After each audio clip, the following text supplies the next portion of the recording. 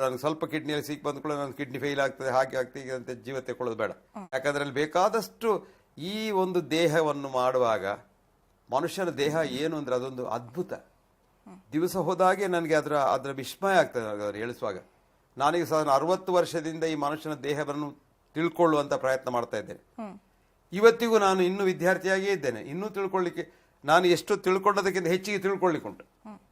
ಈಗ ನನಗೊಂದು ಗೊತ್ತಾಗ್ತದೆ, ನಾನು ಕಾಲೇಜಿನಲ್ಲಿ ಶಾಲೆಯಲ್ಲಿ ಹೇಳಿಕೊಟ್ಟದ್ದೆಲ್ಲ ತಪ್ಪು, ಅದನ್ನೆಲ್ಲ ನಾನು ಮರೆತು ಬಿಡಬೇಕು, ಹೊಸ್ತನ್ನು ಕಲಿಬೇಕು ಅಂತ. ಇದು ಈಗಿನ ಕಾಲದಲ್ಲಿ ಜನ ಎಣಿಸಿಕೊಳ್ಳುವುದಿಲ್ಲ. ಜನ ತುಂಬನೇ ಹೆದರ್ತಾರೆ, ಕಿಡ್ನಿ ಹೆದರ್ತಾರೆ. ಹಾಗೇನಿಲ್ಲ. ಈ ಹಾರ್ಟ್, ಈ ಮೆದುಳು, ಇದೆಲ್ಲ ಒಂದೇ ಕಣದಿಂದ ಬಂದದ್ದು, ಒಂದೇ ಕಣದಿಂದ. ಅದರ ಅರ್ಥ ಕಿಡ್ನಿಯಲ್ಲಿರುವ ಕಣಗಳು, ಈಗಿನ ಕಣಗಳು, ಮೆದುಳಿನಲ್ಲಿರುವ ಕಣಗಳು ಒಂದೇ ಜೀನೋಮ್ ಇರ್ಬೋದು.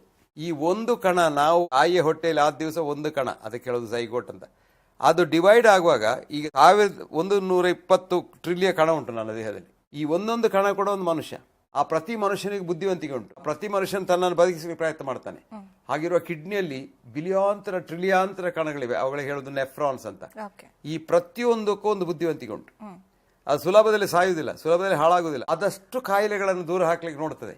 ಹಾಗೆ ಮಾಡುವಂತಹ ಶಕ್ತಿಗೆ ಹೇಳುವುದು ರೋಗ ನಿರೋಧಕ ಶಕ್ತಿ ಅಂತ, ಇಮ್ಯೂನ್ ಸಿಸ್ಟಮ್ ಅಂತ. ಇದನ್ನು ಮೀರಿ ಕೆಲವು ಸಲ ಇದು ಆಕ್ಸಿಡೆಂಟ್. ಯಾರಿಗಾದ್ರೂ ಒಬ್ಬನಿಗೆ ಇವತ್ತು ಕಾಯಿಲೆ ಇದ್ರೆ, ಅಥವಾ ಕಿಡ್ನಿಯಲ್ಲಿ ಸ್ಟೋನ್ ಇದ್ರೆ, ಅಥವಾ ಕಿಡ್ನಿ ಫೇಲ್ ಆದ್ರೆ, ಅದು ಜಸ್ಟ್ ಚಾನ್ಸ್. ಅದನ್ನು ಹೇಳಲಿಕ್ಕೆ ಆಗುದಿಲ್ಲ.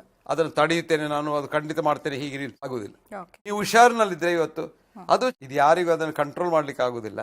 ಹಾಗಾಗಿ ಸುಮ್ಮನೆ ಅದಕ್ಕೆ ಅದು ಮಾಡ್ಬೇಕು ಇದು ಮಾಡ್ಬೇಕು ಹೇಳುದಿಲ್ಲ. ಮುಖ್ಯ ಏನು ಅಂದ್ರೆ ಕಿಡ್ನಿ ಸರಿಯಾಗಿರ್ಬೇಕಾದ್ರೆ ಆಹಾರದಲ್ಲಿ ಸ್ವಲ್ಪ ಹತೋಟಿ ಇಡ್ಬೇಕು. ಆ ನಾನ್ ವೆಜಿಟೇರಿಯನ್ ಫುಡ್, ಬೆಳಿಗ್ಗೆ ಅಂದ್ರೆ ರಾತ್ರಿವರೆಗೆ ಮಾಂಸ ತಿಂದ್ರೆ ಆ ಪ್ರೋಟೀನ್ ಲೋಡ್ ಹೆಚ್ಚಾಗ್ತದೆ ಕಿಡ್ನಿಗೆ. ಆ ಪ್ರೋಟೀನ್ ಲೋಡ್ ಹೆಚ್ಚಾದ ಕೂಡಲೇ ಕಿಡ್ನಿಗೆ ಕೆಲಸ ಹೆಚ್ಚಾಗ್ತದೆ. ಹಾಗಾಗಿ ಆದಷ್ಟು ಮನುಷ್ಯರಿಗೆ ಇಷ್ಟು ನಾವು ಹೇಳಿದಷ್ಟು ಪ್ರೋಟೀನ್ ಬೇಡ. ಪಾಶ್ಚಾತ್ಯ ವೈದ್ಯಕೀಯ ವಿಜ್ಞಾನದಲ್ಲಿ ಮನುಷ್ಯನಿಗೆ 1 gram per kilogram body weight ಬೇಕು ಪ್ರೋಟೀನ್ ಅಂತ ಹೇಳ್ತಾರೆ. ಅಂದ್ರೆ ಈಗ ನಾನು 60 ಕಿಲೋಗ್ರಾಮ್ಸ್ ಇದ್ರೆ ನನಗೆ 60 ಗ್ರಾಮ್ಸ್ ಪ್ರೋಟೀನ್ ಬೇಕು ಅಂತ. ನಿಜವಾಗಿ ಬೇಡ. ಫರ್ದರ್ ರಿಸರ್ಚ್ ಅಷ್ಟು ನನಗೊಂದು 15 ಗ್ರಾಮ್ ಪ್ರೋಟೀನ್ ಸಿಕ್ಕಿದ್ರು ಸಾಕು. ಅದು ವೀಗಾನ್ಸಿಗೂ ಸಿಗ್ತದೆ. ಈ ಖಾಲಿ ಇದು ಹಸಿರು ಇದು ಎಲೆ ತಿನ್ನುವ ಪ್ರಾಣಿಗಳಿಗೂ ಅದು ಸಿಗ್ತದೆ. ಹಾಗಾಗಿ ಈ ನೇಚರ್ ನಲ್ಲಿ ಎಲ್ಲದಕ್ಕೂ ಪ್ರೊವೈಡ್ ಮಾಡಿದ್ದಾರೆ. ಈ ಸ್ಟೋನ್ಸ್ ಒಂದೀಗ ಹೊಸ ಕಾಯಿಲೆ ಏನಾಗಿದೆ. ಮುಂಚಿನ ಕಾಲದಲ್ಲಿ ಯಾರಿಗಾದ್ರೂ ಕಿಡ್ನಿಯಲ್ಲಿ ಸ್ಟೋನ್ ಇದ್ರೆ ಅದು ಮೂವ್ ಆದ್ರೆ, ಅದು ಯಾವಾಗ ಒಂದು ಕಡೆಯಿಂದ ಒಂದು ಕಡೆ ಆಗ್ತದೆ, ಆವಾಗ ನೋವು ಬರ್ತದೆ. ಈಗ ಕಿಡ್ನಿಯಲ್ಲಿದ್ದ ಸ್ಟೋನು ಅದು ಕೆಳಗೆ ಮೂತ್ರದಲ್ಲಿ ನಾನು ಹೊರಗೆ ಹೋಗ್ತೇನೆ ಅಂತ ಪ್ರಯತ್ನ ಮಾಡಿದ್ರೆ, ಅದು ಒಂದು ಸಣ್ಣ ಟ್ಯೂಬ್ ಉಂಟಲ್ಲಿ, ಯೂರಿಟರ್ ಅಂತ, ಅಲ್ಲಿ ಅದು ಬರುವಾಗ ಕೆಳಗೆ ಸಾಧಾರಣ ಒಂದು ಮಗು ಗರ್ಭಕೋಶದಿಂದ ಹೊರಗೆ ಬರುವಾಗ ಎಷ್ಟು ನೋವಾಗ್ತದೆ ಅದೇ ತರ ನೋವಾಗ್ತದೆ. ಯಾಕಂದ್ರೆ ಅದು ದೂಡ್ತದೆ. ಅಲ್ಲಿ ಕೂಡ ಸ್ಮೂತ್ ಮಸಲ್ ಉಂಟು. ಹೇಗೆ ಗರ್ಭಕೋಶದಿಂದ ಮಗು ಹೊರಗೆ ಬರ್ತದೆ ಅಂತದೇ ಡೆಲಿವರಿ ಪೈನ್ ಇಲ್ಲಿ ಕೂಡ ಆಗ್ತದೆ. ಅಂತ ವಿಪರೀತ ನೋವು ಬಂದವರು ಮಾತ್ರ ಡಾಕ್ಟರ್ ಹತ್ರ ಹೋಗ್ತಾರೆ. ಆವಾಗ ಅದನ್ನು ಕಂಡು ಹಿಡಿತಾರೆ, ಅದಕ್ಕೆ ಬದ್ದು ಕೊಡ್ತಾರೆ. ಇವತ್ತು ಹಾಗಲ್ಲ, ಎಲ್ಲರೂ ಚೆಕಪ್ಗೆ ಹೋಗುದು. ಅಂದ್ರೆ ಅದರಷ್ಟು ದೊಡ್ಡ ಒಂದು ದೋಷ, ಅದು ಬಹಳ ದೊಡ್ಡ ಶಾಪ. ಆ ಸರಿಯಾಗಿ ಇದ್ದವನು ಆರೋಗ್ಯವಂತ ಯಾರು? ಕೆಲಸ ಮಾಡ್ಲಿಕ್ಕೆ ಹುರುಪುಂಟು, ಇನ್ನೊಬ್ಬರಿಗೆ ಸಹಾಯ ಮಾಡ್ಲಿಕ್ಕೆ ಹುರುಪುಂಟು, ಊಟ ಮಾಡ್ತೇನೆ ನಾರ್ಮಲಿ, ಹಸಿ ಉಂಟು, ನಿದ್ರೆ ಉಂಟು, ಹೊರಗಡೆ ಹೋಗ್ತದೆ, ಮೂತ್ರ ಮಾಡ್ತೇನೆ, ಸುಖ ಉಂಟು, ಉಲ್ಲಾಸ ಉಂಟು, ಅಂತವ್ರು ಡಾಕ್ಟರ್ ನೋಡ್ಬಾರ್ದು. ನೋಡ್ಬೇಕು ಯಾವಾಗ ಕಾಯಿಲೆ ಇದ್ರೆ ಕೂಡಲೇ. ಬಹಳ ಅಗತ್ಯ. ದೊಡ್ಡ ಒಂದು ಅಸೆಟ್ ಮನುಷ್ಯನಿಗೆ ಇಲ್ಲ. ಆದ್ರೆ ಏನೂ ಇಲ್ಲದವ ಡಾಕ್ಟರ್ ಹೋಗ್ಬಾರ್ದು. ಸ್ಟೋನ್ಸ್ ಇದೆ ಅಂತಾನು ಕೆಲವರು ಹೇಳ್ತಾರೆ. ಡಾಕ್ಟರ್ ಹೇಳಿದ್ರು ತುಂಬಾ ದೊಡ್ಡ ಸ್ಟೋನ್ಸ್ ಆಗ್ಬಿಟ್ಟಿದೆಯಂತೆ ಅಂತ ಅನ್ಬಿಟ್ಟು. ಅಲ್ಲ ಹೇಳ್ತಾರೆ. ಈಗ ಕಿಡ್ನಿಯಲ್ಲಿ ದೊಡ್ಡ ಸ್ಟೋನ್ ಆಗಿದೆ ಅಂತ. ಸ್ಟ್ಯಾಗ್ ಹಾರ್ನ್ ಕ್ಯಾಲ್ಕುಲಸ್ ಅಂತ ಇಷ್ಟು ದೊಡ್ಡ ಸ್ಟೋನ್ ಆಗಿ ಏನಾಗ್ಲಿಲ್ಲ ಕಿಡ್ನಿಗೆ. ಒಳ್ಳೇದಿದ್ರೆ ನಿಮ್ಮ ಸ್ಟೋನ್ ಇದ್ರೆ, ನಿಮಗೆ ಉಪದ್ರ ಇಲ್ಲದಿದ್ರೆ ಆ ವಿಚಾರಕ್ಕೆ ಹೋಗ್ಬೇಡಿ. ನಿಮಗೆ ಉಪದ್ರ ಇದ್ರೆ ಹೌದು, ಈಗ ಅದು ಕೆಳಗೆ ಬರ್ತದೆ, ನೋವುಂಟು, ಡಾಕ್ಟರ್ ಹತ್ರ ಹೋದ್ರೆ ಅವರು ಅದು ಕೆಳಗೆ ಸಲೀಸಿನಲ್ಲಿ ಬರ್ಲಿಕ್ಕೆ ಸಹಾಯ ಮಾಡ್ತಾರೆ.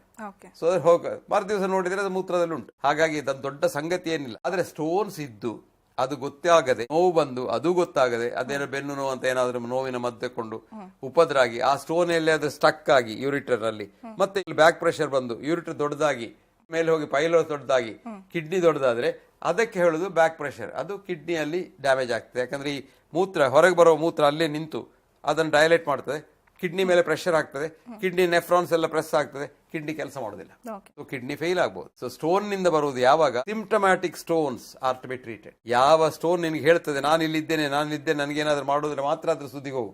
ಅದು ಸುಮ್ಮನೆ ನಾನು ಇಲ್ಲಿ ಕೂತ್ಕೊಂಡಿದ್ದೇನೆ ಮಲ್ಕೊಂಡಿದ್ದೇನೆ ನನ್ನ ಸುದ್ದಿ ಬರಬೇಡ ಅಂದ್ರೆ ಹೋಗ್ಬೇಡ. ಸುದ್ದಿಗೆ ಹೋದ್ರೆ ಕಷ್ಟ ಆಗ್ತದೆ. ಹೋಗಿ ಕಿಡ್ನಿ ತೆಗೆಯುವ ಪರಿಸ್ಥಿತಿ ಬರ್ತದೆ. ಅದು ಒಂದು. ಎರಡನೇದು, ಸ್ಟೋನ್ಸ್ ಈಗ ಏನು ಹೆಚ್ಚಾಗ್ಲಿಲ್ಲ. ಮತ್ತೆ ಒಂದು ಕಾರಣ ಸ್ಟೋನ್ಗೆ ಹೆಚ್ಚಾಗ್ಲಿಕ್ಕೆ ಒಂದು ಕಾರಣ ಅಂದ್ರೆ ನಮ್ಮ ದೇಶದ ಉಷ್ಣ ಹವೆ ಎಲ್ಲಿ ಉಂಟು ಅಲ್ಲಿ ನೀರು ಕಮ್ಮಿ ಉಂಟು. ಈಗ ನಮ್ಮ ನಾರ್ತನ್ ಕರ್ನಾಟಕದಲ್ಲಿ ಅಲ್ಲಿ ನೀರು ಸಿಕ್ಕುದಿಲ್ಲ ಅವರುಗಳಿಗೆ ಕುಡಿಲಿಕ್ಕೆ ತುಂಬಾ ಬಿಸಿ ಉಂಟು, ಬೆವರಿ ಬೆವರಿ ಬೆವರಿ ಡಿಹೈಡ್ರೇಷನ್ ಆಗ್ತದೆ. ಅದು ಕೂಡಲೇ ಅದು ಸ್ಟೋನ್ ಫಾರ್ಮ್ ಆಗ್ತದೆ. ಈ ಸ್ಟೋನ್ ಫಾರ್ಮ್ ಆಗ್ಲಿಕ್ಕೆ ಬೇರೆ ಬೇರೆ ಸಿಟ್ರೇಟ್, ಆಕ್ಸಿಲೇಟ್ ಎಲ್ಲ ಕೆಮಿಕಲ್ಸ್ ಉಂಟು. ಅದು ಅಲ್ಲಿ ಡ್ರೈನ್ ಆಗ್ತದೆ, ಯಾಕಂದ್ರೆ ಮೂತ್ರದೆಲ್ಲ ಬರ್ತದೆ, ಹೊರಗೆ ಬರ್ತದೆ. ಅದು ಬಂದದ್ದು ಅದು ಸರಿಯಾಗಿ ಹೋಗದಿದ್ರೆ ಮೂತ್ರ ನೀರಿಲ್ಲದಿದ್ರೆ ಅಲ್ಲೇ ಕೂತ್ಕೊಂಡು ಸ್ಟೋನ್ ಆಗ್ತದೆ. ಓಕೆ. ಹಾಗಾಗಿ ಇವುಗಳನ್ನು ಹೊರದ ಹಾಗೆ ಇರಬೇಕಾದ್ರೆ ದಿವಸಾಗ್ಲೂ ನೀರು ತಗೊಳ್ಬೇಕು ಮನುಷ್ಯ ಬೇಕಾದಷ್ಟು. ಇದು ಒಂದು ದೊಡ್ಡ ಪ್ರಶ್ನೆ. ಯಾರ ಕೇಳಿದ ನನಗೆ, ಒಂದು ಮನುಷ್ಯನಿಗೆ ಒಂದು ದಿವಸಕ್ಕೆ ನೀರು ಎಷ್ಟು ಬೇಕು ಅಂತ. ನಾನು ಬಹಳ ರಿಸರ್ಚ್ ಮಾಡಿದೆ ನಮ್ಮ ಪಾಶ್ಚಾತ್ಯ ವೈದ್ಯಕೀಯದಲ್ಲಿ. ಇಲ್ಲಿ ನೋಡಿದ್ರು ಎಷ್ಟು ನೀರು ಬೇಕಂತಿಲ್ಲ, ಎಲ್ಲೂ ಮೆನ್ಷನ್ ಮಾಡಿ ಎಲ್ಲಿ ಮಾಡಲಿಲ್ಲ. ಅದಲ್ಲ, ನೀರು ಕುಡಿಯದೇ ಇದ್ದು ಜೀವ ಇದ್ದವರು ಇದ್ದಾರೆ. ಹಾಗಾಗಿ ಎಷ್ಟು ನೀರು ಬೇಕು ಅಂತ ನನ್ಗೆ ಗೊತ್ತಿಲ್ಲ. ಓಕೆ. ಇನ್ನೂ ರಿಸರ್ಚ್ ಮಾಡಿದೆ ನಾನು. ಕೊನೆಗೆ ನೋಡುವಾಗ ಸಾಮಾನ್ಯ ಅನುಭವದಲ್ಲಿ ಒಂದು ಎಕ್ಸ್ಪೀರಿಯನ್ಷಿಯಲ್ ನಾಲೆಜ್ ಅಂತ ಉಂಟು. ನನ್ನ ಅನುಭವ ಏನು ಅಂದ್ರೆ, ಯಾರು ತುಂಬಾ ನೀರು ಕಮ್ಮಿ ಕುಡಿತಾನೆ ಅವನಿಗೆ ಸ್ಟೋನ್ಸ್ ಹೆಚ್ಚಿಗೆ, ಓಕೆ. ಯಾರು ಬೇಕಾದಷ್ಟು ನೀರು ಕುಡಿತಾನೆ ಅವನು ತೊಂದರೆ ಇಲ್ಲ. ಇನ್ನು ಕೆಲವರು ತುಂಬಾ ನೀರು ಕುಡಿತಾರೆ, ಹೌದು, 3 ನನಗೆ litre, kidney 4 stone 3 litre litre 4 litre 5 litre ಎಲ್ಲ ಕುಡಿತಾರೆ. ಇದು ಹಾಳು. ಅಲ್ಲಿ ಏನಾಗ್ತದೆ, ನೀರು ಹೆಚ್ಚಾಗಿ ಆ ರಕ್ತ ತೆಳ್ಳಗೆ ಆಗ್ತದೆ. ಅದು ಬಹಳ ಹಾಳು, ಅದರಿಂದ ಆಪತ್ತುಂಟು. ಹಾಗಾಗಿ ನೀರು ತುಂಬಾ ಕುಡಿಯುವುದು ಕೂಡ ಅನಾಹುತ. ಅದಕ್ಕೆ ಹೇಳುದು ಮಿತದಿಂ ನವೀಕರಣ ಅಂತ. ನಾನು ರಫ್ಲಿ ನನ್ನ ಅನುಭವದಲ್ಲಿ, ನನ್ನ ಎಕ್ಸ್ಪೀರಿಯನ್ಸ್ ಒಂದು ಕನ್ಕ್ಲೂಷನ್ ಬಂದೇನೆ. ಒಂದು ಮನುಷ್ಯನಿಗೆ ಸಾಧಾರಣ 1 ಕಿಲೋಗ್ರಾಮ್ ವೆಯ್ಟಿಗೆ 30 ml ನೀರು ಬೇಕು ಒಂದು ದಿವಸಕ್ಕೆ. ಅಂದ್ರೆ ನೀನು 60 ಕಿಲೋಗ್ರಾಮ್ ಇದ್ರೆ ನಿನಗೆ ಸಾಧಾರಣ 2 ಲೀಟರ್ ನೀರು ಬೇಕು. ಆ ನೀರನ್ನು ಒಂದೇ ಸಲ ಕುಡಿಬೇಕು ಅಂತಿಲ್ಲ. ಕೆಲವರು ಇದ್ದಾರೆ ಬೆಳಿಗ್ಗೆ ಎದ್ದು ಎಲ್ಲ 2 ನೀರು ಕುಡಿತೇನೆ ಅಂತ, ಅದು ಒಳ್ಳೇದಲ್ಲ. ಆವಾಗ ದಿವಸ ಇಲ್ಲ, ಆದಷ್ಟು ಸಂಜೆ ನಂತರ ಕುಡಿಯೋದನ್ನು ಕಮ್ಮಿ ಮಾಡಿದ್ರೆ ರಾತ್ರಿ ಮೂತ್ರ ಹೋಗೋದು ಕಮ್ಮಿ ಆಗ್ತದೆ. ಯಾಕಂದ್ರೆ ಮನುಷ್ಯನಿಗೆ ವಯಸ್ಸಾದ ಹಾಗೆ ರಾತ್ರಿಯಲ್ಲಿ ಆಗುವ ಮೂತ್ರ ಹೆಚ್ಚು, ಹಗಲಲ್ಲಿ ಆಗುವ ಮೂತ್ರ ಕಮ್ಮಿ ಆಗ್ತದೆ. ಸಣ್ಣ ವಯಸ್ಸಿನವರಿಗೆ ಹಗಲಲ್ಲಿ ಮೂತ್ರ ಹೆಚ್ಚಿಗೆ, ರಾತ್ರಿಯಲ್ಲಿ ಮೂತ್ರ ಕಮ್ಮಿ. ಹಾಗಾಗಿ ಎಳೆ ವಯಸ್ಸಿನವರು ಅಥವಾ ಯುವಕರು ಯುವತಿಯರು ಇವರೆಲ್ಲ ರಾತ್ರಿಗೆ ಮೂತ್ರ ಮಾಡಲಿಕ್ಕೆ ಹೇಳ್ಬೇಕು ಅಂತಿಲ್ಲ. ವಯಸ್ಸಾದ ನಂತರ 50 ವರ್ಷ ಆದ ನಂತರ ನಾಕ್ಟರ್ನಲ್ ಎನ್ಯೂರಿಸ್, ರಾತ್ರಿಗೆ ಆಗುವ ಮೂತ್ರ ಹಗಲಿಗೆ ಆಗುವ ಮೂತ್ರದಾಗ ಹೆಚ್ಚು ಪ್ರಪೋರ್ಷನ್. ಹಾಗಾಗಿ ಸಂಜೆ ಆಗುವಾಗ ನೀನು ತುಂಬಾ ನೀರು ಕುಡಿದ್ರೆ ರಾತ್ರಿ ಆವಾಗ ಹೇಳ್ಬೇಕಾಗ್ತದೆ. ಸೊ ನೀರು ಕುಡಿಯುವುದನ್ನು ಕುಡಿಬೇಕು. ಅದನ್ನು ಕೆಲವರು ಹೇಳ್ತಾರೆ, ಊಟದೊಟ್ಟಿಗೆ ನಾನು ನೀರು ಕುಡಿಲಿ, ಹಾಗೂ ಮಾಡ್ಬೋದು. ನಾನು ಏನ್ ಹೇಳ್ತೇನೆ ಅಂದ್ರೆ, ಊಟದ ಬೆಳಿಗ್ಗೆ ಒಂದು 2 ಗ್ಲಾಸ್ ನೀರು ಕುಡೀರಿ. ಅಲ್ಲಿ ಒಂದು 500 ml ಆಯ್ತು. ಒಂದು ಗ್ಲಾಸ್ ನಲ್ಲಿ 250 ಮಿಲಿಲೀಟರ್ ಅಂತ ತಗೊಳ್ಳು. ಅದು ಸಾಧಾರಣ ಸೈಜ್ ಗ್ಲಾಸ್ ನಲ್ಲಿ ಕುಡಿದ್ರೆ 500 ml ಆಯ್ತು. ಅದು ಒಳ್ಳೇದು. ಯಾಕಂದ್ರೆ ಸ್ವಲ್ಪ ಅಲ್ಲಿ ಬಲ್ಕ್ ಆಗಿ ಟಾಯ್ಲೆಟ್ಗೆ ಹೋಗ್ಲಿಕ್ಕೆ ಸುಲಭ ಆಗ್ತದೆ, ಅದು ದುಡುತ್ತದೆ ಸ್ವಲ್ಪ, ಸೊ ಸಮಾಧಾನ ಆಗ್ತದೆ. ಅದ್ರ ನಂತರ ಆಹಾರ ತಗೊಳ್ಳೋ ಮೊದಲು ಆಹಾರ ತಗೊಂಡು ನಂತರ ಒಂದು ಗ್ಲಾಸ್ ಕುಡಿದ್ರೆ ಸಾಕಾಗ್ತದೆ. ಸಾಧಾರಣ 10 ಗ್ಲಾಸ್, 8 ರಿಂದ 10 ಗ್ಲಾಸ್ ಆಗ್ತದೆ ಸಾಮಾನ್ಯ ಜನರಿಗೆ ಪರ್ ಡೇ. ಇಷ್ಟು ನೀರು ಕುಡಿದ್ರೆ ಈ ಇದರಲ್ಲಿ ಬಿಸಿಲು ಕಾಲದಲ್ಲಿ ತುಂಬಾ ಬೆವರಿದ್ರೆ ಇನ್ನೊಂದು 2 ಗ್ಲಾಸ್ ಹೆಚ್ಚು ಕುಡಿಬಹುದು. ನೀವು ತುಂಬಾ ಕಾಫಿ ಕುಡಿಯುವುದಿದ್ರೆ ಈ ಕಾಫಿ ಡಯೂರಿಟಿಕ್, 1 ಕಪ್ ಕಾಫಿ ಕುಡಿದ್ರೆ 2 ಮೂತ್ರ ಹೆಚ್ಚಿಗೆ ಹೋಗ್ತದೆ. ಹಾಗಾಗಿ 1 ಕಾಫಿ ಕುಡಿದ್ರೆ ಅದರೊಟ್ಟಿಗೆ 1 ನೀರು ಕುಡಿಬೇಕು. ಸೊ ಅದು ಕಾಂಪೆನ್ಸೇಟ್ ಆಗ್ತದೆ. ಅದು ಕಾಫಿ ಕುಡಿಯೋರಿಗೆ ಹೇಳಿದ್ನ. ಇನ್ನು ಕೆಲವರು ಇದ್ದಾರೆ ಬಿಯರ್ ಕುಡಿಯೋರು, ಅವರಿಗೆ ಹೆಚ್ಚು ನೀರು ಬೇಕು ಅಂತಿಲ್ಲ. ಯಾಕಂದ್ರೆ ನೀರದು ಅವ್ರು ಕುಡಿದು ಮೂತ್ರ ಮಾಡಿ ಒಂದು ಕ್ಲೀನ್ ಆಗಿದೆ ಅಂತ ಅವರಿಗೆ ಸ್ಟೋನ್ ಕೂಡ ಬರುವುದಿಲ್ಲ. ಸೊ ಸ್ಟೋನ್ ಬರದ ಹಾಗೆ ನೋಡ್ಲಿಕ್ಕೆ ಮೂತ್ರಕ್ಕೆ ನಾವು ಬೇಕಾದಷ್ಟು ನೀರು ಕೊಡಬೇಕು. ಎರಡನೇದು ಬಂದ್ರೆ ಏನು ತೊಂದರೆ ಇಲ್ಲ, ಇದ್ರೂ ಏನು ತೊಂದರೆ ಇಲ್ಲ. ಆದ್ರೆ ಕಿಡ್ನಿಯನ್ನು ಹಾಳು ಮಾಡಿದ್ರೆ ಅಥವಾ ಸ್ಟೋನ್ ಹೋಗಿ ಬ್ಲಾಕ್ ಮಾಡಿ ಬ್ಯಾಕ್ ಪ್ರೆಷರ್ ಮಾಡಿ ಹೈಡ್ರೋಲಿಟರ್ ಮಾಡಿದ್ರೆ ಅದಕ್ಕೆಲ್ಲ ನಾವು ಡಾಕ್ಟರ್ ಹತ್ರ ಹೋಗ್ಬೇಕು, ಅದಕ್ಕೆ ಟ್ರೀಟ್ಮೆಂಟ್ ಬೇಕು.